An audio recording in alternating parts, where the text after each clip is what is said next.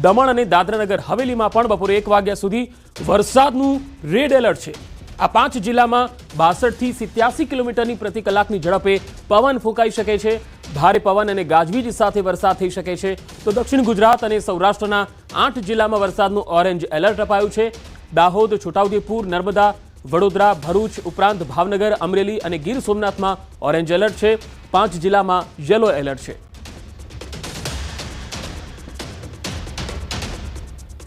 દાહોદમાં પણ મિની વાવાઝોડાએ તબાહી મચાવી। દેવગઢ બારિયા સહિત તાલુકામાં તોફાની પવનથી નુકસાન થયું। તેજ પવનથી ઘણા કાચા પાકા મકાનોના છાપરા ઉડી ગયા। ઘણી જગ્યાએ તો વૃક્ષો ધરાશાયી થયા અને રસ્તાઓ બંધ થયા। તેજ પવનથી મકાનો પરથી જે ટાંકી અને સોલાર પેનલો હતી એ પણ ઉડી ગઈ। ડેરી ફળિયા વિસ્તારમાં પીપળાનું ઝાડ પડતા કેટલાક કપીરાજો પણ દબાયા હોવાની આશંકા છે, જે બાદ બચાવ કામગીરી શરૂ કરાઈ। તો કેટલાક વિસ્તારોમાં વીજ પોલ ધરાશાયી થયા, વીજ વાયરો પણ તૂટ્યા। દેવગઢ બારિયા અને તાલુકામાં વીજ પુરવઠાને પણ વ્યાપક અસર પહોંચી। દાહોદથી સંવાદદાતા સૌરભ ગેહલોત જોડાયા છે। સૌરભ, દાહોદમાં ખાસ કયા કયા વિસ્તારોમાં વરસાદને કારણે તબાહી જોવા મળી છે?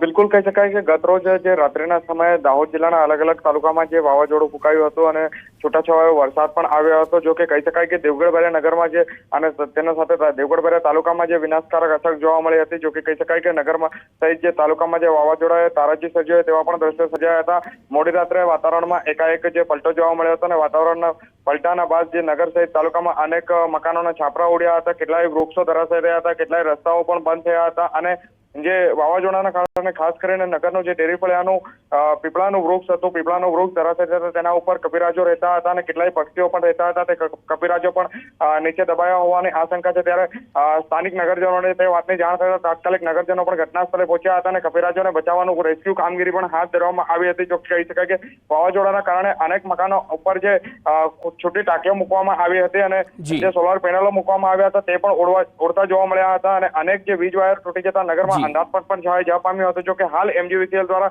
તમામ સમારકામની કામગીરી હાથ ધરવામાં આવી છે। જી સૌરભ, આભાર માહિતી આપવા માટે।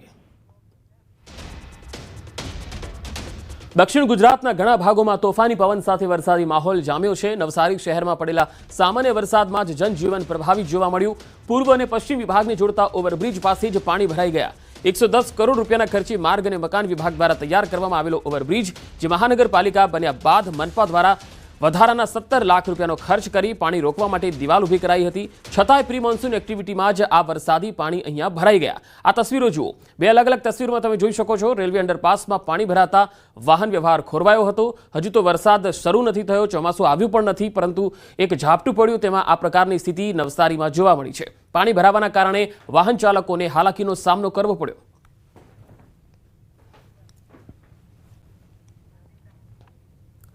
તો નવસારીમાં એપાર્ટમેન્ટ પર વીજળી પડી હતી। લુન્સીકુઈ વિસ્તારમાં એપાર્ટમેન્ટની છત પર વીજળી પડી હતી।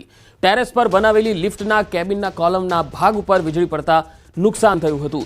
વીજળી પડવાના કારણે બિલ્ડિંગની લિફ્ટનો ભાગ પ્રભાવિત થયો, લિફ્ટનો વીજ પુરવઠો પ્રભાવિત થયો। સદનસીબે મોટી જાનહાનિ અહીંયા ટળી ગઈ। જો કે વીજળી પડવાના કારણે આસપાસના સ્થાનિક લોકોમાં ગભરાટનો માહોલ જોવા મળ્યો હતો।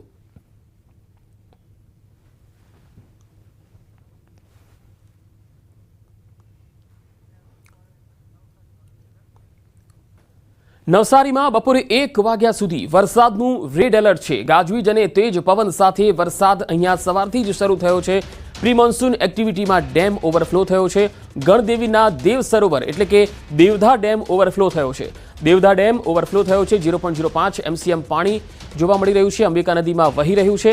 સિંચાઈ વિભાગ દેવધા ડેમના દરવાજા 15 થી 20 દિવસ વહેલા ખોલે તેવી પણ એક શક્યતા જોવાઈ રહી છે।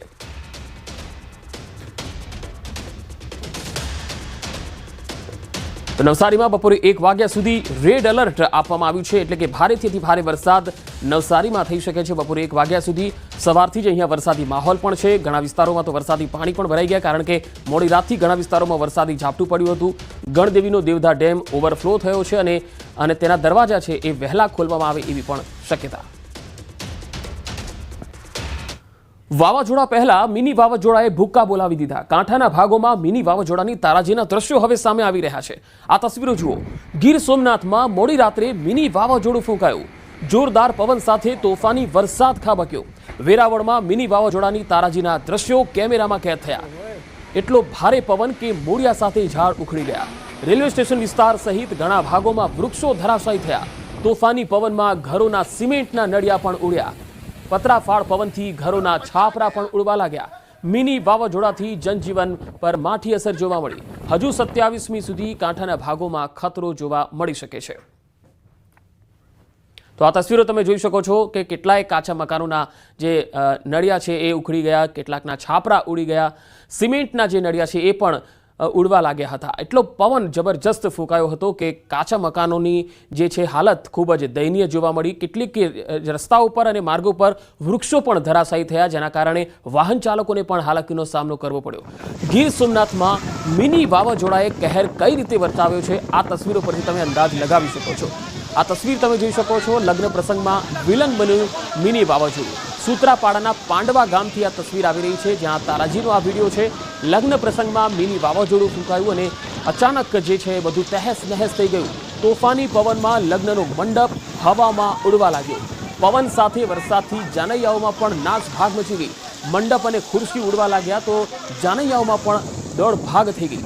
જાનૈયાઓએ દોડીને નજીકના મકાનમાં આશ્રય લીધો હતો. લગ્નની સામગ્રી પાણીમાં પલળી.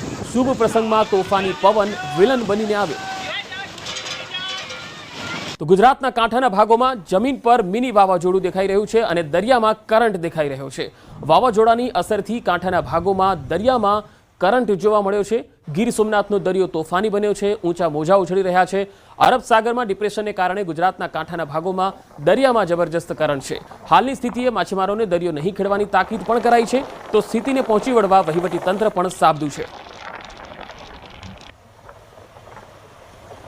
અરબી સમુદ્રની અંદર સર્જાયેલા ડીપ ડિપ્રેશનને કારણે ગુજરાત તરફ વાવાઝોડાનો ખતરો છે તે મંડરાઈ રહ્યો છે. ત્યારે ગીર સોમનાથ જિલ્લાનો આ અરબી સમુદ્ર છે કે આ અરબી સમુદ્રની અંદર હાલ ધીમે ધીમે મોજાઓ છે, દરિયાના જે ઊંચા ઊંચા મોજાઓ છે તે ઉછળી રહ્યા છે. જોકે સામાન્ય રીતે જે દરિયો હોય છે તેના કરતાં થોડો વધુ કરંટ હોય તેવું હાલ લાગી રહ્યું છે. જોકે હાલ દરિયાની અંદર ગીર સોમનાથ જિલ્લાના મોટાભાગના જે માછીમારો હોય છે તેઓને ગઈકાલે જ ગીર સોમનાથ જિલ્લા પ્રશાસન દ્વારા દરિયાની અંદરથી બહાર આવવા માટે સૂચના આપી દેવામાં આવી હતી અને મોટાભાગના માછીમારો છે તે દરિયાની અંદર પરત ફેર્યા છે. જોકે હજુ પણ કેટલાક માછીમારો છે તે બાકી છે અને આ તમામ માછીમારો છે તે આજે બપોર સુધીમાં ગીર સોમનાથ જિલ્લાના દરિયા કિનારા પર પરત ફરશે. ત્યારે ગીર સોમનાથ જિલ્લા પ્રશાસન પણ સજ્જ બન્યું છે, કારણ કે વાવાઝોડું હજી ભલે સક્રિય ન થયું હોય પરંતુ તેમના ભાગરૂપે ગીર સોમનાથ જિલ્લા પ્રશાસન દ્વારા તમામ કંટ્રોલ રૂમ છે, સાથે જે સાયક્લોન સેન્ટર હોય છે કે જ્યાં આગળ દરિયા કિનારે વસતા લોકો હોય છે તેમનું સ્થળાંતર કરવાની ફરજ પડી શકે તે માટે તમામ જે તૈયારીઓ છે તે ગીર સોમનાથ જિલ્લા તંત્ર દ્વારા કરવામાં આવી છે. દિનેશ સોલંકી.